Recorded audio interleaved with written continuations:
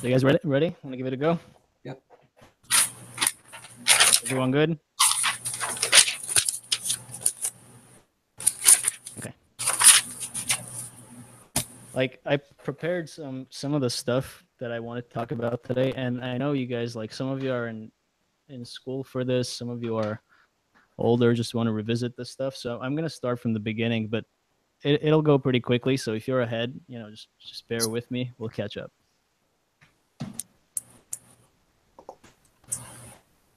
Okay. And I'm gonna share my screen right now so you can see what I'm doing.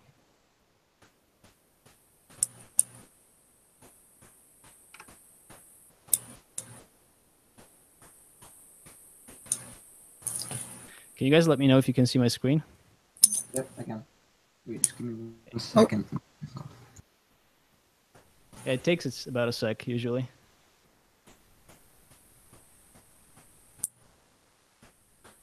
Yeah, everyone good? Everyone can see this white, beautiful board over here? Yes. All right.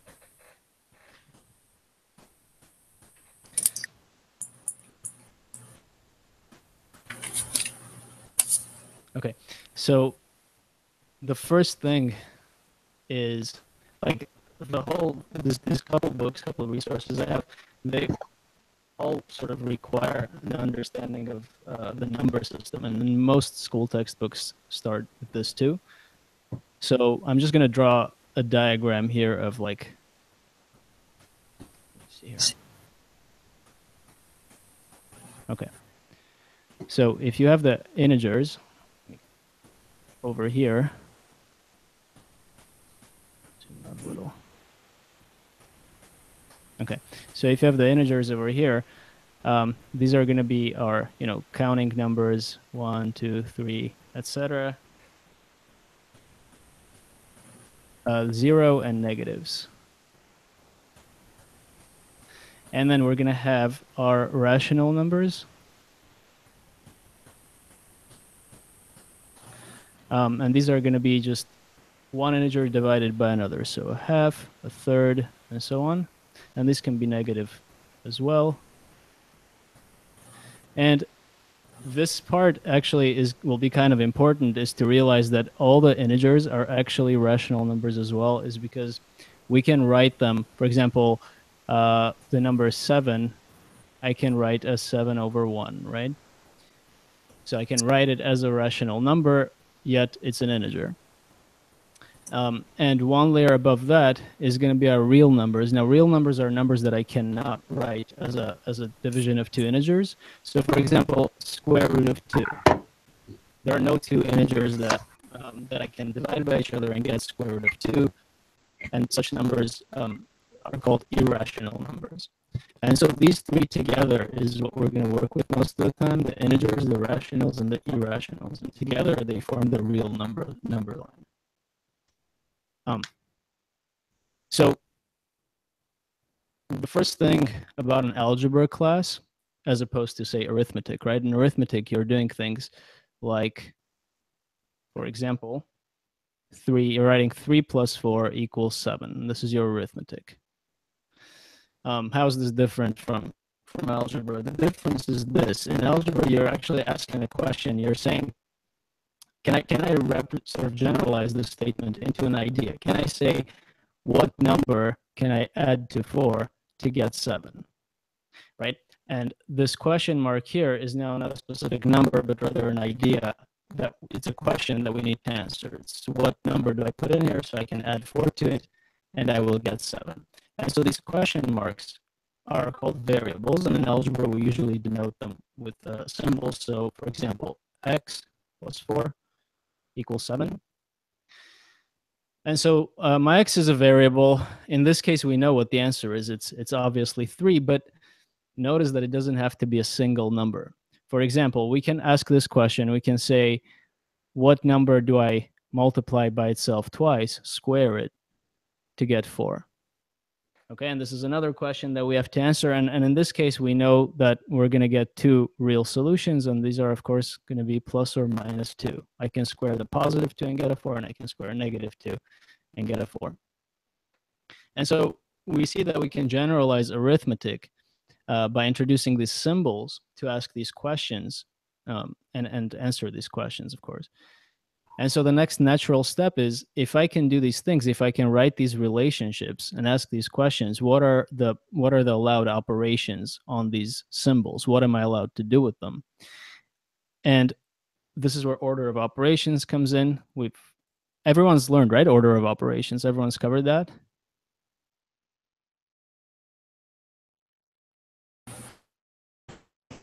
Okay, so we're gonna define addition.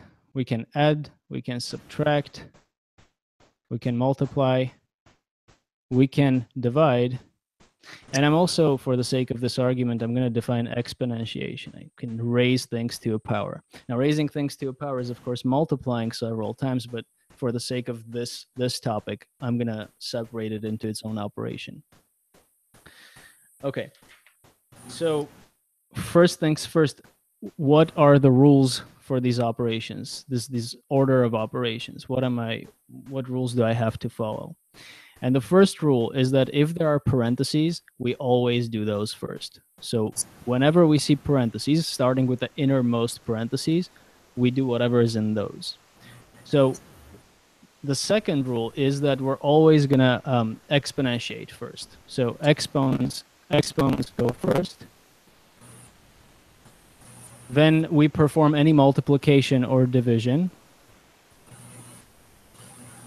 So multiplication, division from left to right.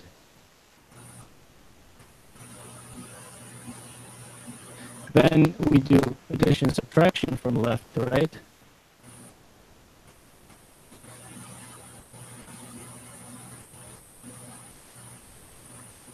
And these are all our rules. That's it. So whatever we do from now on, I'm just always going to refer to these three things. And these are all the rules we're going to do. So remember that whenever you see a set of parentheses, starting from the innermost set of parentheses, you're going to be applying these three rules. And so let's do a couple examples so we see how this works. Let's start with the basic one here, and then we'll try to identify the operations as we go. So I have 9 plus 3 times 8. This is what I need to compute. So there are no parentheses here. That's good. And now I need to identify what I do first. I see a multiplication. And I see addition. I see step 2, multiplication comes before addition. So we do the multiplication first. And so what we're going to get here is 9 plus 24. And now that I've multiplied, I can do my addition.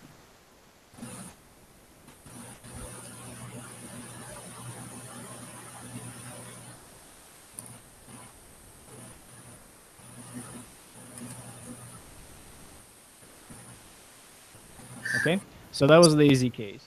The next case is we introduce parentheses as well.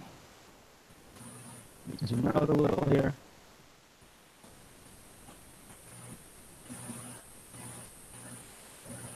So we have 6 plus 3 times 8, like this.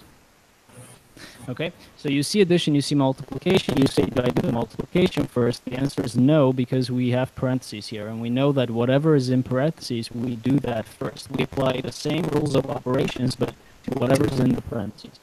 So there's addition there, we have to do the addition first. And so we get 9 times 8, and now we can multiply, and we get 72. For the next example, we do 17 minus 2 times 3 squared. Okay, so no parentheses.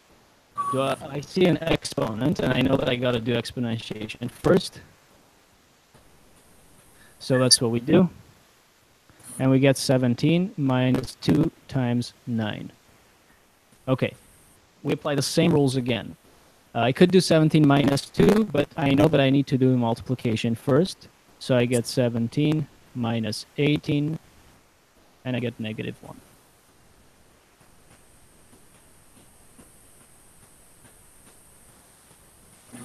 Okay, so the next one will be we stack everything in one set of parentheses.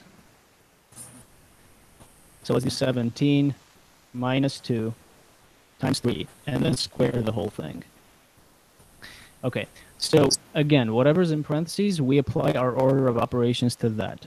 So within the parentheses, I have a subtraction and multiplication. Multiplication comes before subtraction, so I have to do that first. So I'm getting 17 minus 2 times 3 is 6, and then I need to square that. So 17 minus 6, I have to do that first because it's in parentheses. 17 minus 6 is 11, and then I have to square that, and I get 121. And the last one's a bit messy because we're going to combine this stuff. So I have an outer set of parentheses. In there, I have another set of parentheses. So 15 minus 3. And then we divide that by 2. We close that parenthesis. We multiply by 3.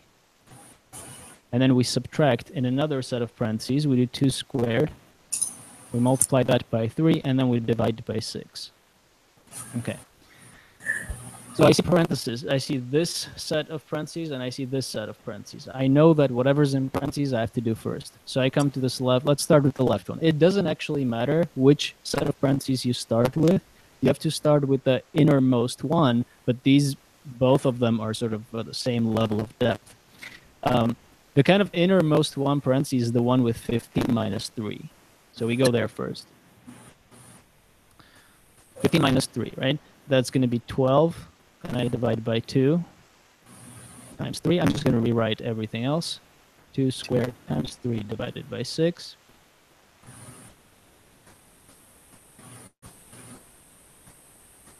Okay, next. 12 divided by 2, that's in parentheses. We do that first. That's 6. We got 6 times 3 minus. Now in this set of parentheses, I have a multiplication and I have exponentiation. I know that exponentiation comes before multiplication. So we're going to do the exponent first. 2 squared, that's 4. And later I'm going to have to multiply by 3, and I divide that by 6. Okay, so again, we come to the parentheses first. 4 times 3, 12. And then at this point, we're doing multiplication. We have multiplication and we have division, right? So we have to do those. Night, Sam. Sorry? And so let's start with the multiplication, right? That's 6 times 3, that's 18. Minus, now I do the division, that's 2, and I get 16. There we go. So here is the whole sort of example right here. You can see it starting from this, below this line here. And you can see that no matter how complicated this gets, we're always applying the same rules, we do exponents first, then we do multiplication and division from left to right, and then we do addition and subtraction from left to right. These are our rules. And as soon as you see parentheses, you do those first. You apply your rules to that set of parentheses.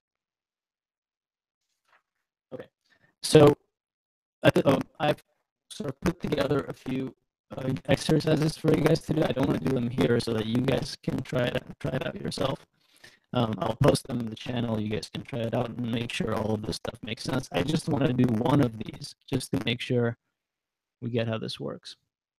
And this one says, so 11 multiplied by 6 to the power, and in the power we have parentheses, and in the parentheses we have 2 squared minus 3, like this. So this is what we have to compute. We see multiplication, we see exponentiation, and in the exponent, we see another exponentiation and subtraction. So where do we start? We know we have to do parentheses first. So we look at the parentheses. Within the parentheses, I have an exponent. I know, and I have a subtraction. So I know exponents have to be done before, like the exponent has to be taken before we subtract. So let's do that. So we get 11 times 6.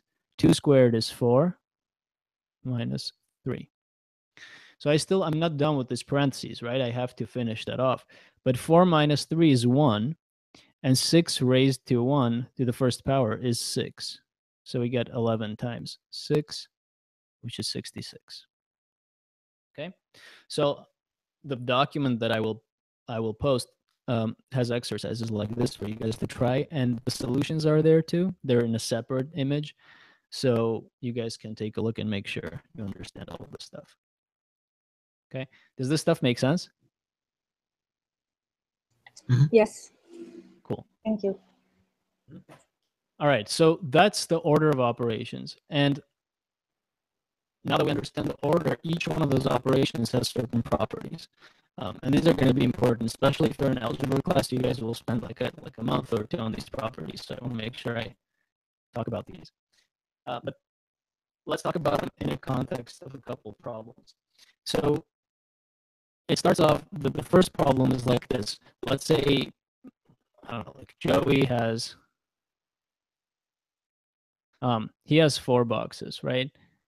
And let's say Sam has 3 of them. And just as a basic example, you want to know how many they have in total. Well, you could take how many Joey has, how many Sam has. You could add them together, and 4 plus 3, that'll give you 7 boxes. Or you could look at it differently. You could say, I'm going to take the number of boxes that Sam has, and I'm going to add that to the number of boxes that Joey has. And in that case, your calculation is just 3 plus 4, and that's also 7. You're just counting the total number of boxes. In other words, the order in which you add these two numbers is irrelevant. The result, the sum, is still the same. And this property has a name, and it's called the commutative property, right? So this is going to be our commutative property.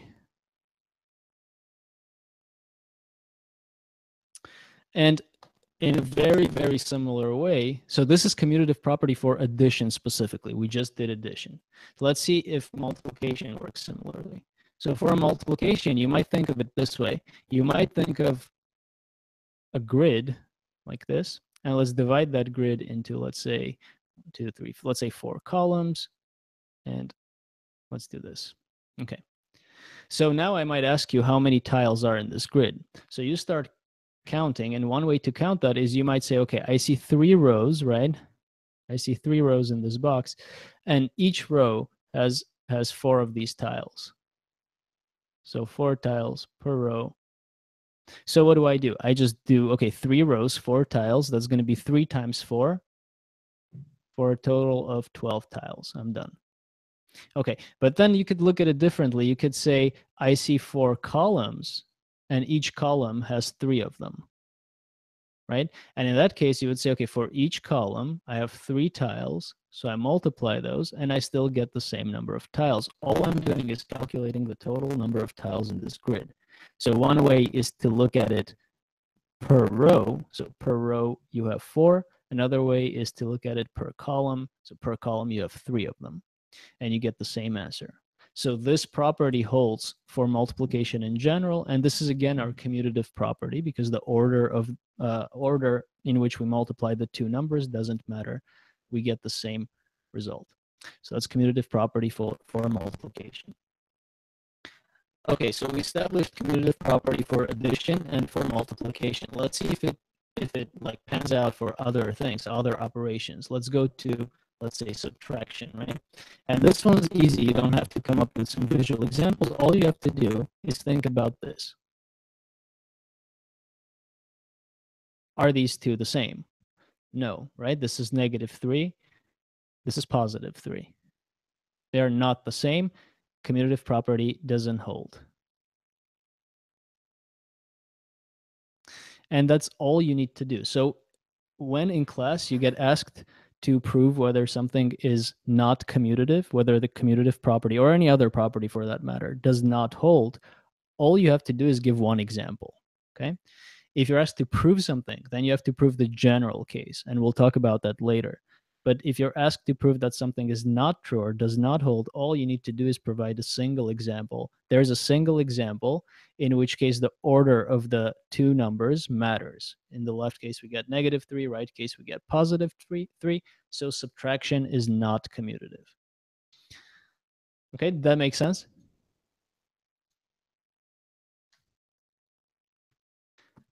So if you want to not ever be confused by the subtraction sign, realize that subtracting is the same as adding a negative number. So for example, 2 minus 5 is exactly the same as doing 2 plus -5. There we go. It's exactly the same thing. So now if I ask you this question, I say, are these two the same? You say yes, they are. Why? Because this is addition. We're doing addition on two numbers, 2 and -5. And we've established that addition is commutative. So they are the same by the commutative property. We added two numbers, 2 and -5. The order in which we add them doesn't matter. This one does in fact abide by the commutative property. What about division? Is division commutative?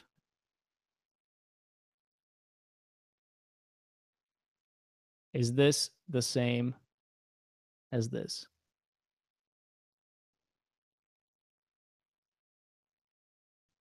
What do you guys think?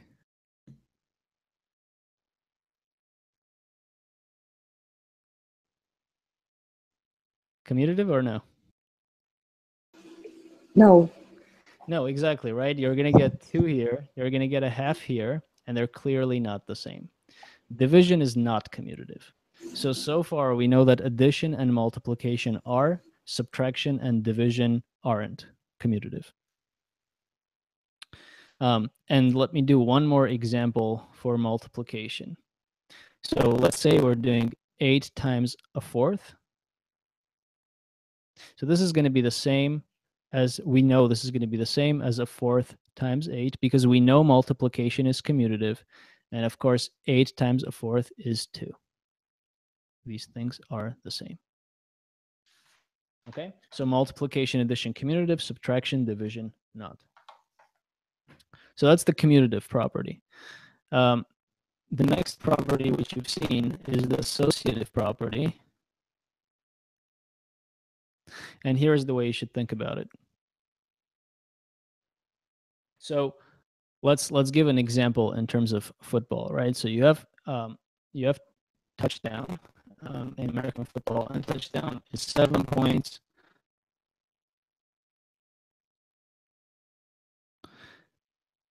Then you have a field goal, 3 points, and you have safety, 2 points, right? So let's do field goal, 3 points, safety, 2 points. So here's the question. You have two teams, they're playing football. In the first quarter of the game, let's say Eagles and Cowboys are playing. So in the first quarter of the game, Eagles score a field goal, okay? Let's write it over here. So Eagles and Cowboys. This is the first quarter. This is the second quarter. So in the first quarter, they score a field goal. That gives them 3 points, right? Because field goal is 3 points. Then they score a touchdown. So if they score a touchdown, they get 7 more points. So let's add 7 more points on top of what they had. The Cowboys only score a field goal in the first quarter. So that gives them only 3 points. So in the second quarter, the Cowboys score a touchdown and a safety. So these guys here score a touchdown that gives them 7 points and a safety which gives them 2 points. So that's 7 plus 2 in the second quarter. And the Eagles only score safety. So that gives them 2 points. Put that here. Okay. So the first quarter, let's take a look at this table here. So the Eagles scored 3 plus 7 points total, Cowboys 3. Second quarter, Eagles scored 2 points, Cowboys 7 plus 2. So let's see if we can add and get a total number of points here. Right? So if I want to know how many points the Eagles got in total, what do? I just add these three numbers. In the first quarter, I had 3 plus 7. And then the second quarter, I had 2. I add them. Now for the Cowboys, in the first quarter, I had 3. And in the second quarter, I had 7 plus 2. Okay, and now we know by our order of operations, we're going to do what's in parentheses first. That's 10 plus 2, and that's 3 plus 9. So in both cases, we get 12, which are the same. Now, if you notice, I have 3 numbers right here, 3, 7, 2, 3, 7, 2. And what's different about them is the positioning of the parentheses. And this is called the associative property. And what it tells me is that I'm allowed to move the parentheses around any of the 2 neighboring numbers that I want. So in general, I can write it this way. I can say, if I have A plus B and C, then I can add these three things either by adding A and B first and then adding C to it, or adding B and C first and then adding A to that. So this left example is right here. We did A plus B first, 3 plus 7 first, then added the 2. Whereas the right part is the second example. We did 7 plus 2 first, then added 3. And in both cases, we get the same result. And this is our associative property of addition. Okay?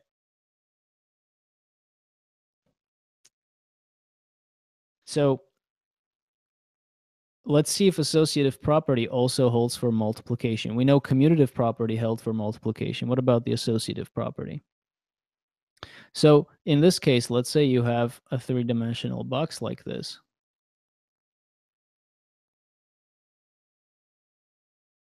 There we go. And suppose the box has face like so. Has 1 here. And let's say 1, 2, 3, 1 here. Okay, so again, you're asked to find the total number of these square tiles, and the box is full. It's not empty inside. These tiles go throughout the inside of the box. And so one thing you might do is you might just look at this top portion, the top part, and you might say, okay, how many do I have here? Well, this top layer, we have two rows, right? And each row has 4 tiles. That's 2 times 4. And how many of these things do I have layered on top vertically? I have 3 of them. Right? 1, 2, 3. And so I could multiply this by 3. Another way you could look at it is you could just look at the front face, the face that I drew here, the very front one, and you could say, okay, there are 3 rows here, and each row has 4 of these, 4 tiles. So that's 3 rows, 4 tiles.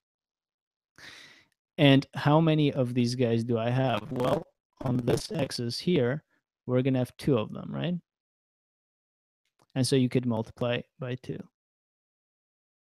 And yet another way to do that is you could look at the side, and you could say, so how many do I see on the side? Well, I see 2 columns.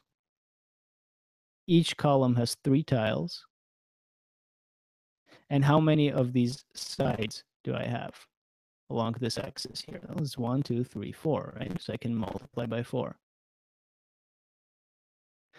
And we see that, and yet, I mean, there are many ways to multiply these things. We are calculating the exact same thing. We're calculating the number of these tiles in this box.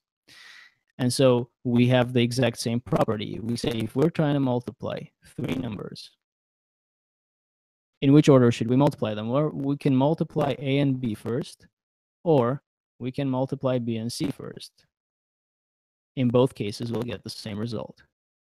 So in this example right here, in this first row, how can I rewrite this? Well, I can say 2 times 4 times 3, and I should get the same thing, right? 2 times 4 is 8, 8 times 3 is 24. Over here, 4 times 3 is 12, 2 times 12, 24 again. The second expression I can rewrite as 3 times 4 times 2, and this third one, 2 times 3 times 4. Okay, that's the associative property of multiplication, and it holds as well. So that's 2 properties, commutative and associative, that hold for addition and multiplication. Okay, so addition, multiplication. These 2 are going to be both commutative and associative. Now there are other properties, of course, and there are other operations here, but I'm going to talk about these 2 today. I'm going to talk about the others next time. So let's do a couple of examples just to clarify stuff. So I want to do 47 plus 99 minus 45. Okay, so you go, what should I do first? I should maybe add 47 plus 99, or maybe subtract, because we know that we're doing addition and subtraction from left to right, correct? But one thing I can do is this. Remember, as soon as you see a negative sign, one sure thing you can always do is you can replace the subtraction with addition. plus negative 45. This way, you'll never be confused about the subtraction sign. Just replace it with adding the negative number. So now I wish this negative 45 was next to the 47, because 47 minus 45 is simple, right? And I can change their order. Why? Because we know that addition is commutative. If I change the order, the result doesn't change. So I do that. 47 plus negative 45 plus 99. Okay, so now you think, which one do I do first? Do I do 47 plus negative 45 or negative 45 plus 99? Well, the answer is it does not matter because of the associative property, correct? We can either do the first two or the last two. It doesn't matter. So I'm going to choose to do the first two here. 47 plus negative 45, that's easy, right? 47 minus 45, that's 2. And then we're adding 99, and we have our answer. So the things that these operations let you do is manipulate the order of these numbers so you can quickly add or subtract these things. Another example would be the following. If I wanted to do 600, in parentheses, 613 minus 298, close parentheses, plus, in parentheses, 299 minus 610. Okay. So again, I see negative 298, 299. This would be really easy to calculate if they were next to each other in parentheses, right? And 613, 610, these would be really easy if they were next to each other. Can I make that happen? Well, sure. Let me get rid of the negative signs first. So I do 613 plus negative 298 plus 299 plus negative 610. So now I have only additions. I'm adding 613, negative 298, 299, and negative 610. These are all additions. We know addition is associative. We know it's commutative. I can safely drop these parentheses. 613 plus negative 298 plus 299 plus negative 610. There we go. Okay, so by the commutative property, I can just put the 299 before the negative 298. And also by the commutative property, I can move the negative 610 next to the 613, right? Because the order in which we add things doesn't matter, commutative property. So 613 plus negative 610 plus 299 plus negative 298. And now this is much simpler, right? 613 minus 610, 3. 299 minus 298, 1. And we get 4 as our answer. Again, just by applying commutative and associative property, we were able to compute this much faster than if you had added the numbers in the order they were given. And the associative property was used here to drop the parentheses because we know the parentheses, we can put them in any order we want. And the commutative property was used to put the 610 next to the 613 and the 298 next to the 299. All right, are we good with this?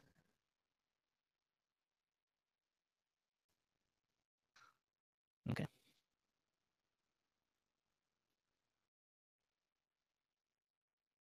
And another example, let's go to multiplication now, because we learned multiplication is also commutative and associative.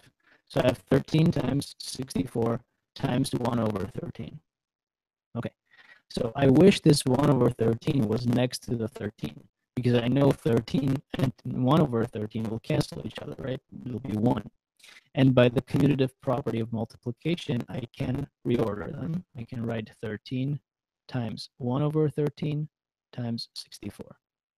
So these two cancel. I'm left with a 1. And 1 times 64 is 64. So much quicker than if you had done 13 times 64 first and then tried to divide that by 13.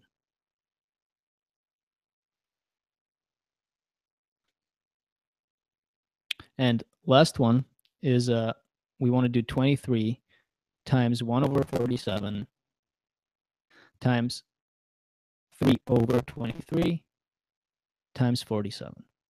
Okay, so what do I see? I see 23 here, and I see a 23 in the denominator. So I wish these two were next to each other so I could cancel the 23s. I see a 1 over 47 and a 47. I wish those two were next to each other because the 47s would cancel.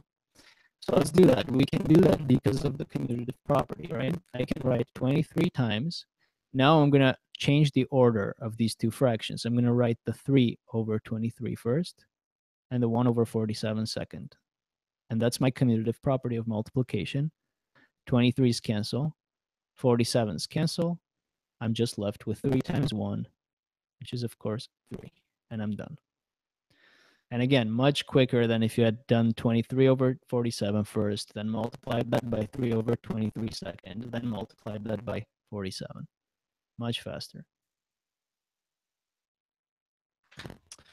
Okay, so those are the commutative and associative properties of addition and multiplication.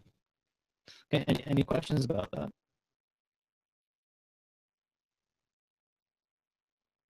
All right. So let's try an exercise here. So I'll post exercises about these things in the chat, in the Discord channel, so you guys can give it a try, make sure everything makes sense. So let's change it up a bit. I have this book here, the second. These are all exercises from the Art of Problem Solving textbook. I have this other textbook here that is absolutely fantastic, and there's an exercise here that I wanna make sure we try out. It is a bit different. So here's what it says. It says we have a bunch of 8s. It doesn't say how many. We have 8s. And 8s are separated by plus signs. So we have maybe 8 plus, maybe 8, 8 plus, 8, etc., right? But what we know is that the sum, this result, is going to be equal to 1,000. And our job is to find exactly what this expression is. How many 8s, how many plus signs, such that we have the smallest number of these numbers here. Okay, I want the least number of these numbers such that they sum up to 1,000, and they can only have the digit 8 in them. So how can we do that? I think the best way to think about it, or the way that I like to think about it, is adding these things in columns. We've learned how to add numbers in columns, right? See, all of these numbers are going to have 8s in their ones, in their unit place, in their ones place. And so we have, for example, if I were adding them in columns, if I were to add this expression in columns, it would be 8, maybe plus 88, maybe plus 888, etc., right? And I would add them, and I would get some number here. So the point is that when I add the units place here, I'm supposed to get a 0. And so you ask yourself, you say, okay, 8 times what is 0? How many 8s do I need to add to each other so that the units place is a 0? And that would be 5, right?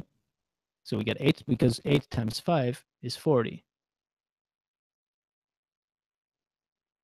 So I know that I'm going to need to add 5 8s in the units place so that my unit place is a 0 here. So let's do that. We're going to have 8 plus 8 here, 8 here, 8 here, 8 here. And this gives me a 0. Now, when this gives me a 0, what happens? We carry over a 1, right? 8 times 5 we carry over a 4, right? 8 times 5 is 40. 0 gets written. We carry over the 4. Now, whatever this number is going to be here, whatever I write here, the only digit I'm allowed to write is 8. We need the result, the tens place here, to be a 0. We already have a 4 from the carry. So what plus 4 would give me a number whose unit place is 0? 16, right? 16 plus 4 is 20. Unit place is 0. Well, how can I get 16 with 8s? I need 2 of them. So let me put an 8 here, 8 here. Let's check that this works. So I have 5 8s here. That's 40. There's my 0, 4 carries over. 8 plus 8, 16, and we had the 4, and that gives me 20. So I have my 0 that I need here. 2 carries over. So 2 carries over here. I need that hundreds place to also be a 0. So I have a 2 coming in. How can I make that equal 0? Well, what plus 2 would give me a 0 in the units place? 8 plus 2, right? Because 8 plus 2 is 10.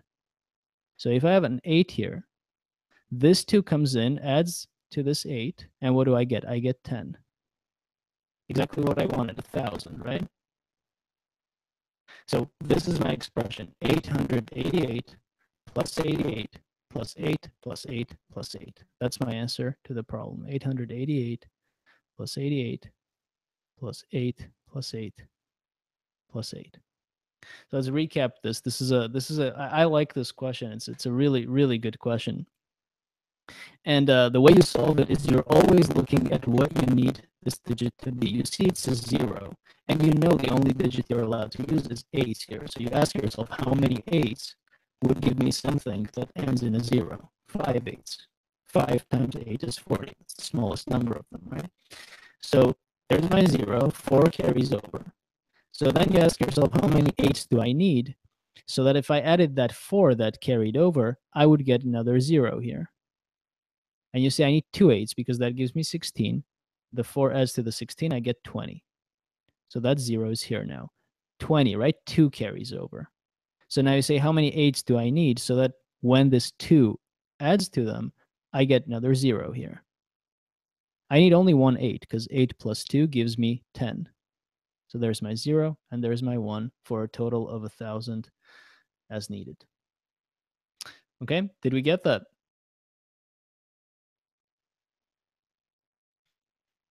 Yeah, no one has any questions about this.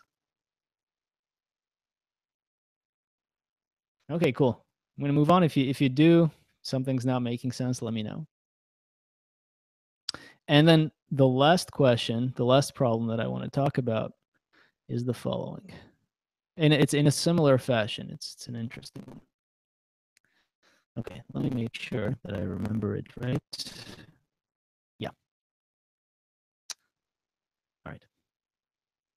So we have a number. We don't know what the number is. It's a 3-digit number. I'm gonna call its digits by letter A. Okay. I don't know what this A is. Some number. They're the same, by the way. And then I'm adding another 3-digit number, like this. So this is addition. They're being added. And what I'm getting is a number that has some new digit in the units place, and then these 3 A's repeated. So A, A, A. And the problem is find these 3 numbers. So these 2 numbers here, this one, and of course the result. Okay. So how can we do that? How can we find the result? Does anyone have any suggestions?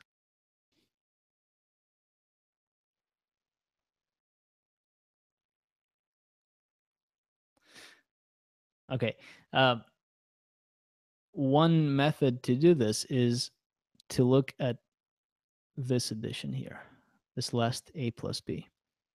So if you notice, my result is a 4-digit number. It's not a 3-digit number, which means out of this addition, out of the A plus B, we have a carry. Something carries over into here.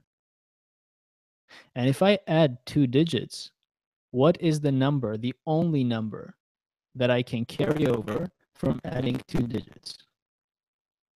It has to be a 1, right? I always carry out a 1. There is nothing else. When I'm adding, the carry is always a 1. So I know that this A here has to be a 1. It can't be anything else. So what I have now is 1, 1, 1 plus, I don't know what the B's are. I know this is 1, this is 1, this is 1, and I have some C. All right, let's see. Well, look at this one here. Let's look at this expression. So I'm taking 1, I'm adding some number to it, and I'm getting 1 again. Okay, so what two numbers could I add? What could B be? What could I add to 1 to get 1 again? In this column addition. Well, B could be 0, right? Because 1 plus 0 does give me 1. But if B were 0, 1 plus 0 is 1. This C would also be 1. But we know C is not A. See, this is A and this is C. They're different. So this, whatever this number is going to be, the C, it cannot be equal to this 1. Okay? Which tells me that B cannot be 0. So B is not 0. But what if B were equal to 9? What would I get there? Well, if B were equal to, I know the only other way that this can be a 1 is if I have a carry, right? Think about it. If B is 1, 1 plus 1 is 2. If B is, let's say, 4, 1 plus 4 is 5. I'm always going to get something other than 1. Never going to get 1 unless there is some carrying that's happening.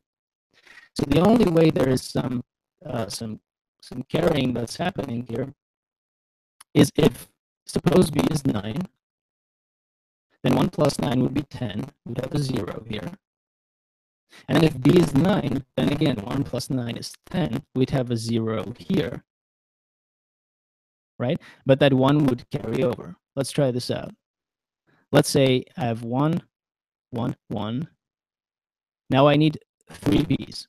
And I'm going to say my 3 B's are 9s. Let's see what we get. 1 plus 9 is 10. That's a 0. That's not A and that's not B. Not 1 and not 9. That's a new digit, 0. 1 carries over.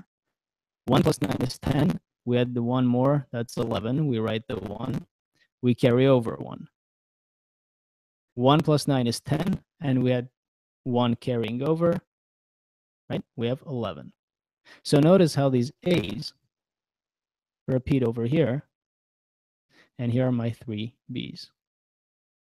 Okay, so the starting point actually is this part here. You notice that you have a 4-digit number adding 2 3-digit numbers. The only way that can happen is if you're carrying, and the only digit you can carry over is a 1. So right there, you know what your 3 A's are. Okay, and that's about like 80% of the battle with this problem.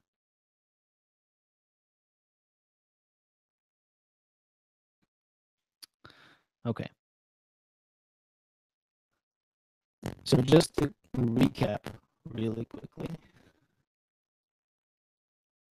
we have our order of operations, which we talked about, which you'll find in the notes that I post. But just to briefly mention it, we do parentheses first. That we start with innermost parentheses, and within the parentheses, we do exponentiation first.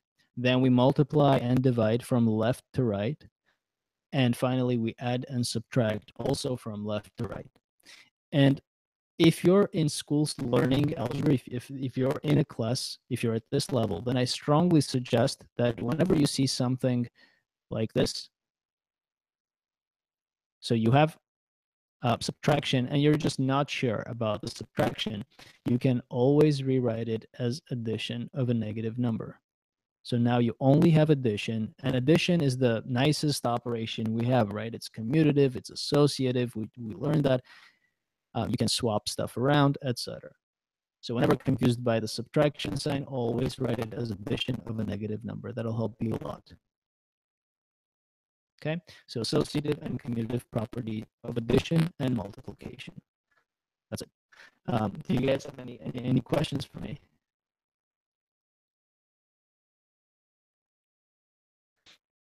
All right, cool. So in that case, I'm about to post, I'll actually right now, I'll post the link to the questions, to the practice questions for commutative property and associative property of addition and multiplication. Do give them a try. The solutions are there as well. Take a look at those. And I strongly suggest that before going to the solutions, if you're stuck, ask a question in the channel. People, myself included, will try to help you guys. It's a much better learning process than going straight for the answer.